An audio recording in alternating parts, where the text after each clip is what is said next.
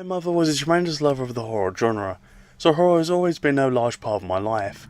She loved Stephen King's novels, The Exorcist, and while it wasn't horror, she loved films like Scarface. So her watching horror films with me made me fall in love with the genre. My favourite horror films at the time was the Gremlins franchise. Later I'd fall in love with shark films when I overcame my fear of sharks, as seen in the top right or in the eye icon. However, this is not the time for me to join the horror community. Everything would begin in 2007 when I received my first laptop, when YouTube first became popular, and my love for horror truly begun.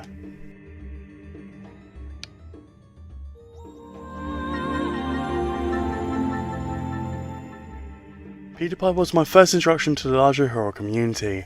Watching all of his playthroughs of various horror games was a fun way to pass the time, and served as a stepping stone into the other gaming channels. My opportunity to descend deeper down the rabbit hole would be on June 22nd, 2012, the first episode of Creepy Gaming. This was it. This is what I wanted to see, showing me that games were more than just gameplay. Easter eggs were so fascinating to me that each game has the potential to hide something, and I just wanted to uncover it. So began my time to hunt. I would then use YouTube as a guide to uncover the secrets of gaming, such as cheat codes for games like GTA 3, or glitches such as the hanging shadow of the Luigi's Mansion. Even learn about characters like the infamous Doug Ratman, who I only heard about while waiting for Portal 2. The only series left for me to seek is Sonic. I'm curious where that will lead me.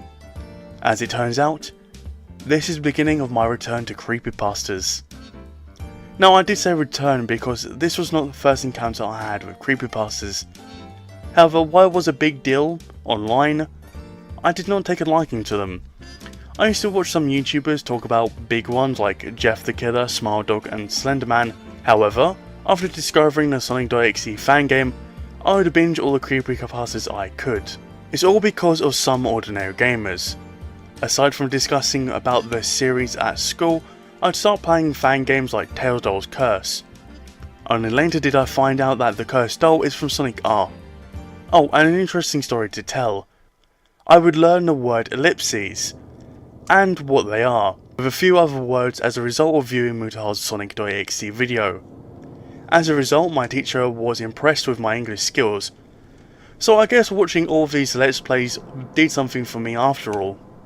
At this point, I was well accustomed to the online horror communities, with the help of who I've mentioned, but I feel as if I need to go over a big thanks to Mr. Creepypasta, who made listening to the stories a lot more enjoyable, even though it may not be the most well known, and looking back it was not that scary of a story. He made the Laughing Jack Creepypasta that more enjoyable. It goes to show you that the right person can make all the difference. Speaking of difference, if you wish to make a difference, why not subscribe and like the video? It's free and helps me out a ton. Thank you. Now before I proceed, we need to take a step back so that I can assist people interested in getting started or progressing in the horror community. When I originally started making horror videos, my goal was to bring back the reasons why horror was so thrilling. It is obvious that horror is subjective with different phobias, yet there are several elements that can work in horror that the mainstream have butchered. Look no further than jump scares, romance, and excessive blood use. I say these three because they are easy to get an immediate reaction from the audience. Keep in mind that jump scares and blood use can be done correctly, which I shall discuss soon.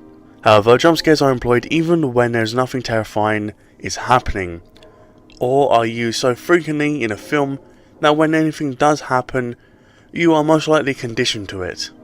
Overuse of blood is similar in that it is used so frequently that you become desensitized to it, even though you may be frightened at first. Oh, and before anyone asks, yes, slasher films do exist and they can be done right. I even love that subgenre, but the ones that go for horror and do well, even then don't need to show blood all the time to get you hooked on what you are watching. Romance on the other hand has its own set of issues. I won't get into much detail on why romance has been butchered in horror, however I will attribute it to two issues. The first is that the romance undermines the terror by diluting it down, or two, simply attempting to attract teen viewers by being edgy or focusing all of the horror on how attractive the protagonists are and how dreadful their circumstances must be. That was a negative and what you should avoid, but what are the positives of horror? While this is not required, I believe that the ideal method of horror to thrive is the best described as a roller coaster.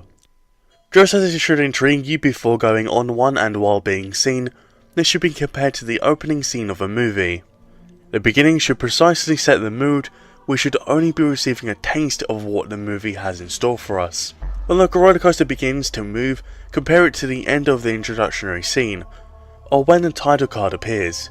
It gradually draws you further in until you reach the payoff, like as riding up a little hill. It is then up to the designer or director in this situation to ensure that the roller coaster can incorporate the twists, bends, and drops at the appropriate times, making certain that the rider is not over bombarded. Now before I finish off this video, I'm going to go off script here and just talk to you the viewer quickly.